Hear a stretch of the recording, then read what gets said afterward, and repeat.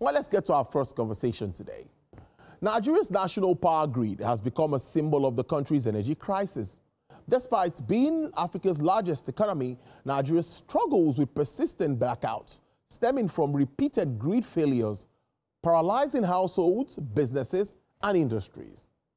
Now, in recent years, grid collapses have become almost a routine, with the entire nation experiencing multiple incidents annually, undermining hopes of a stable and reliable power supply. Nigeria's power grid collapse has over time grown to be a recurring decimal, and the factors propelling such unfortunate incidences could be traced to technical, infrastructural, and operational issues that bring the scene to a frailty, of the country's power sector. Now, the aged infrastructure facility of the power sector tops the list of as the most transformers, transmission lines, substations come off as being victims of the years of total oversight, which in turn has become a barricade of steady power supply.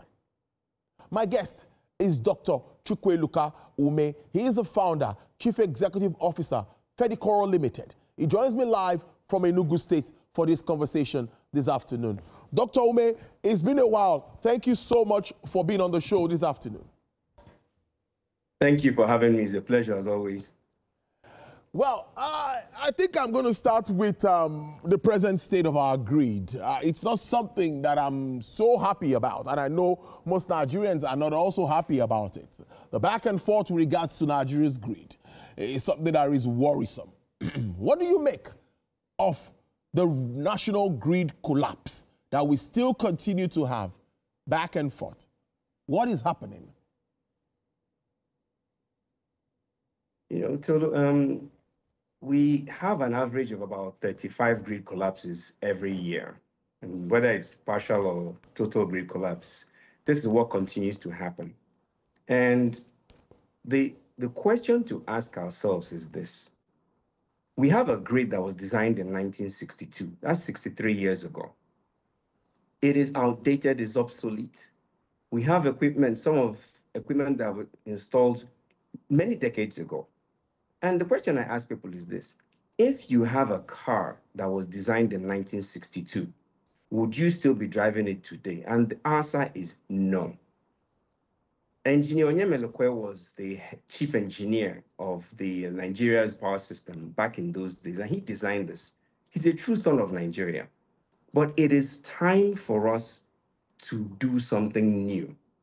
And we have people in this country that know what to do, but these people are not being used to the full potential. Now, we've had a privatization that has been done. It hasn't been completed. We have renovation works that have been going on year in, year out. It hasn't been effective. You know, we started to have a privatization, I think, in 2010. That's 14 years ago, 14, 15 years ago. We haven't finished it. And today we are still having the same conversation. We've had ministers that have come up and said that by the end of the year or by the end of 2-3 years that we're going to have 10,000 megawatts installed capacity. But every year we still speak of an average generation capacity of 4,000 megawatts in a country of over 200 million people. We still continue to make renovations to the national grid, running into billions and trillions of naira year in, year out, yet we have no significant impact. It is important to note this.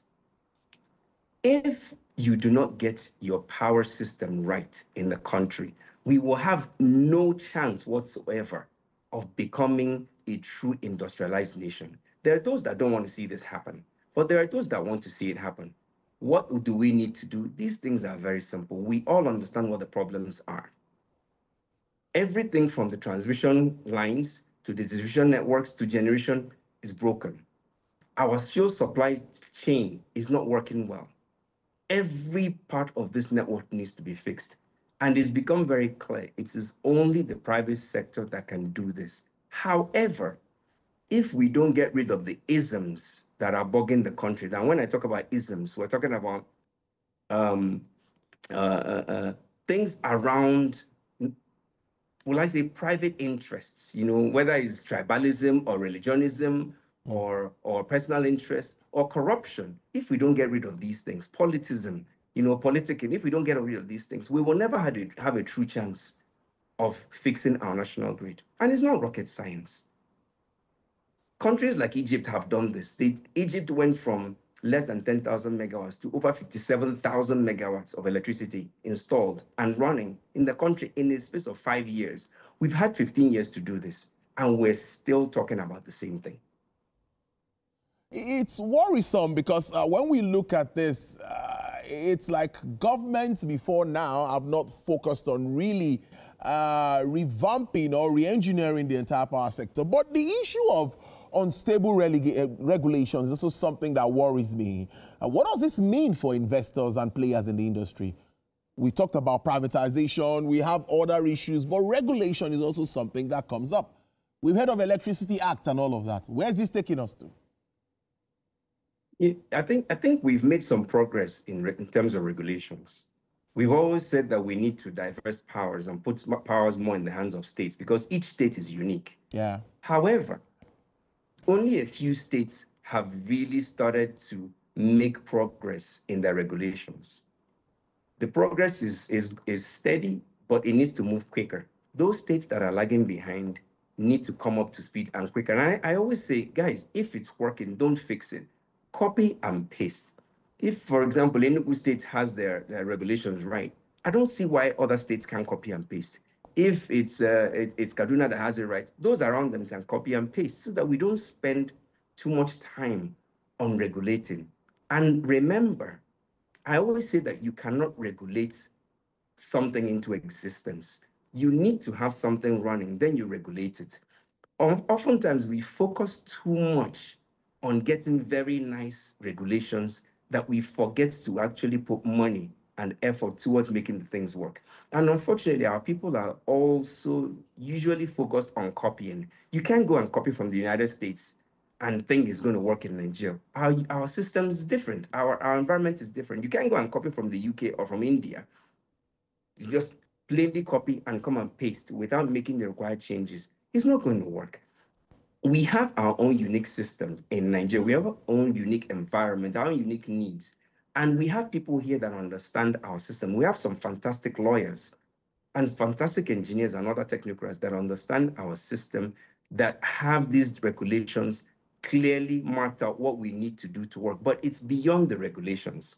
It is more so the government and the regulators supporting those companies, Nigerian companies, to make the system start to work and start to grow. I say this, think about this, Tolu. If my company, for example, Fedicor, wants to expand our current footprint, what I need the government to do is to provide the required framework for me to be able to grow. The regulator in Enugu State is very supportive. However, they also need help from the government to make sure that we get what we need to grow. And not just my company, other companies that want to come and invest. The investment is not the problem. The money is out there. But we need to have the correct framework for us to put money down, knowing that every investor is trying to put money down so that they can make a profit. And we need to be able to plan. If I know that the regulations that I'm dealing with today are going to change next year, then I cannot create a financial model that will work. If I can't create a financial model that will work 10 years from today, 10 years from today, then my investors will not be willing to put the money down. That is the real challenge. And this is what the regulators need to talk about or think about. And we also need to have regulators who have worked in the private sector, who have a leg in the private sector, so that they can understand the practical regulations that they need to put in place to help those of us that want to make a real change, want to make real investments work. That's what it boils down to. You can have a beautiful regulation on paper, and it's not even worth the paper that is written on. We pay for licenses. Some of those licenses are not even worth the paper that is printed on. Subsidies, according to experts, for the power sector is not sustainable. We've seen issues around subsidy and, of course, where it's taken us to. NEC approved the band A, B, C, D, E mechanism, which many would say is a step in the right direction. I don't know what you make of that. As at today, some of us are paid higher, but we have supply, aside when there's grid collapse. But what do you make of the removal of electricity subsidy and the new bans introduced?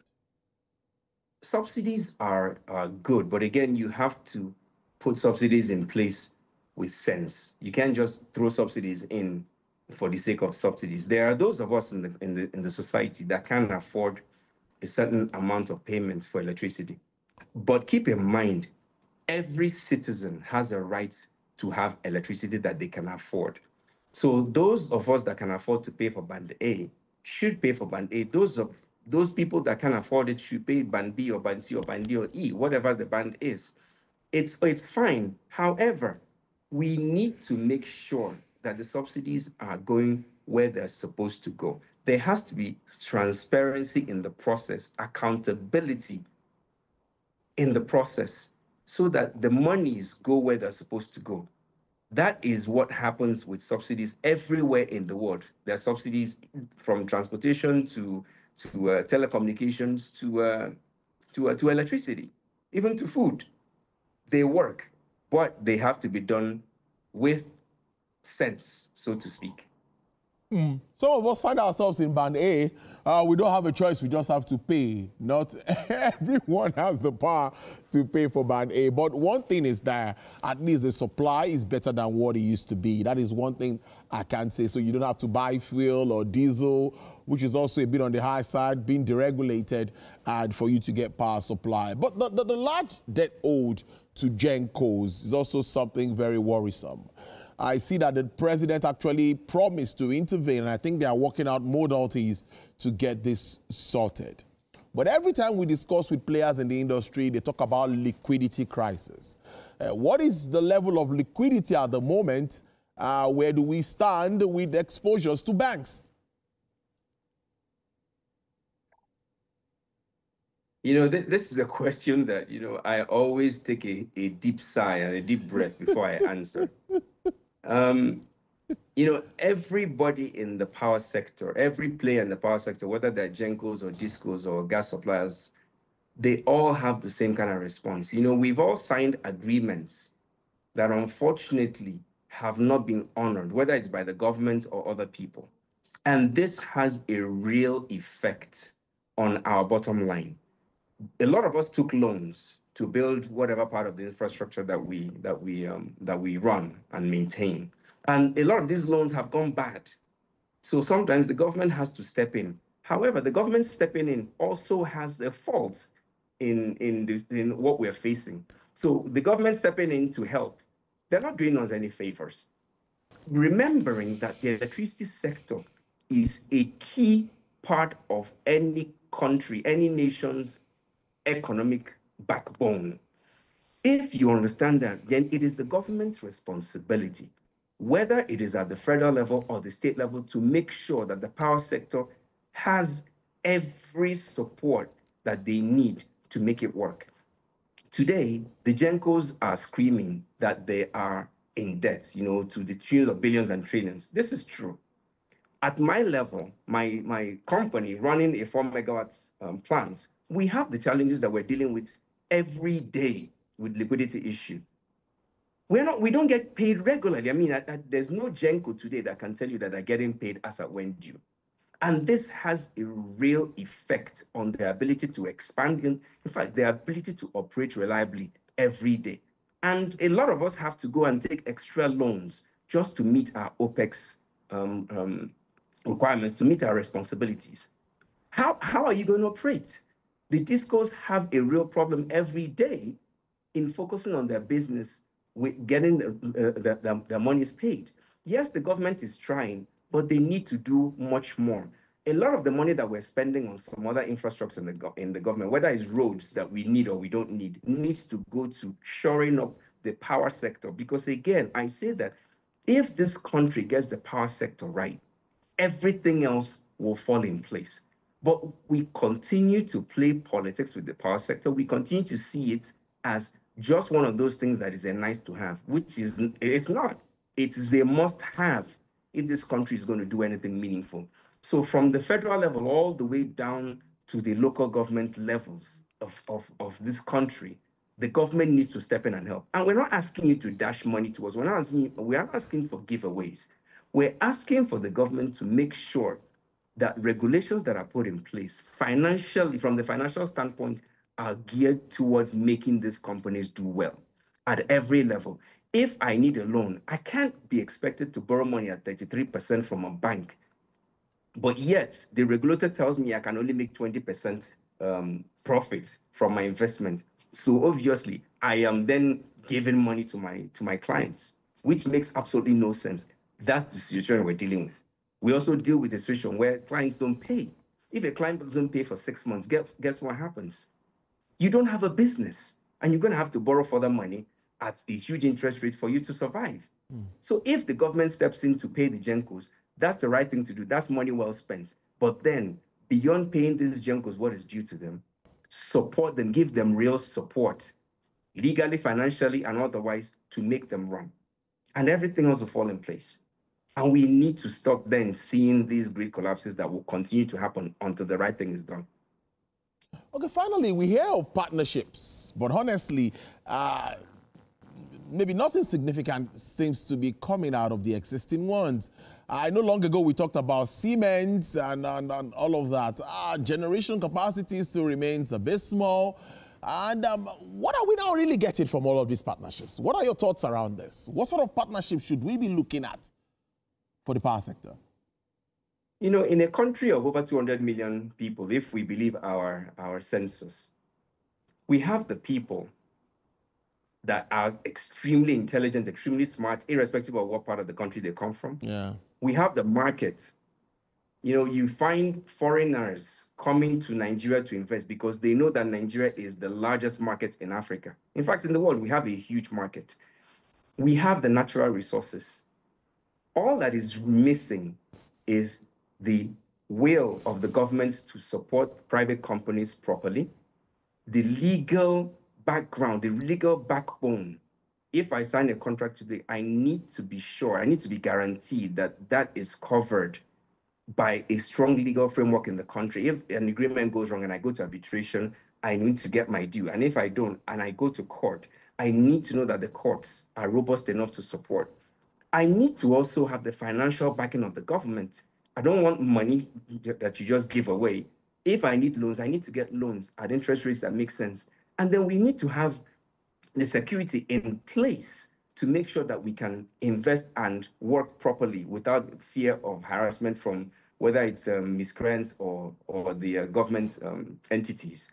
Now, with these things in place, the partnerships will come to the private companies. Government doesn't need to be getting into any partnerships with any foreign companies at all. When the Siemens partnership was inked, I said it at that point, it's not going to work. Some people came at me and said, well, you're wrong. It's going to work. It hasn't worked, and it's not going to work. The private companies are the ones that will need to go into these partnerships to actually drive this sector forward. Only at that point will you start to see real partnerships. And it's not just partnerships between the Nigerian companies and manufacturers like Siemens or GE. It is partnerships between Nigerian companies and each other. It's partnerships between Nigerian companies and foreign partners that they have that will bring the much needed investment into the country. We also need to see that our foreign exchange rates are stable. There's something that is very worrying in this country. When I go to pay for certain things in the country, I'm being charged in dollars, even by the government themselves. How can I be paying for a license in my own country in dollars, or they tell you pay the equivalent of it? That means even the government themselves don't have faith in our own currency. This sends a signal to the foreign investors or would-be partners that we are not a stable place to invest. So we need to start thinking of these fundamentals. These fundamentals are not rocket science. And if it's rocket science, if you think it's rocket science, it's okay. Some of us are rocket scientists by training. But I'm saying the same thing. We need to look at the fundamentals. We don't need to keep getting some of these so-called consultants and advisors from overseas, because some of them don't even want you to succeed. We already have the smarts here in the country. We have a lot of us that are very well trained, but you need to have the right people advising the government, working with the government at every level. Any government that is serious to get things done, once they get in there, they don't talk. We don't need much talk. Just get it done. And if you working with a private company and it's not working, move them out of the way and move to the next. That's the way things are meant to be done. You know, we have the rights. We have the rights to have stable power in this country. Sitting in my office today, the light has gone off from the national grid over 6 times. How can I plan? Because each time it goes on or goes off, equipment that I have in the office are affected. Then we have to run diesel. How do I plan? We have water corporations, we have plastic industry, we run even hotels. Some of them run full-time on diesel generators. How can you price? Even in your studio, I'm sure you run on diesel generators so that power doesn't go off. Yeah, we need to get serious. Honestly, we really need to get serious. I must thank you so much, Dr. Chukwueloka Ume. Always interesting having you speak around Nigeria's power sector. Founder, CEO, Fedico Limited. Thank you so much and enjoy the rest of your day. Hope to see you again soon. Thank you, Tola. I wish you the same. All right, then.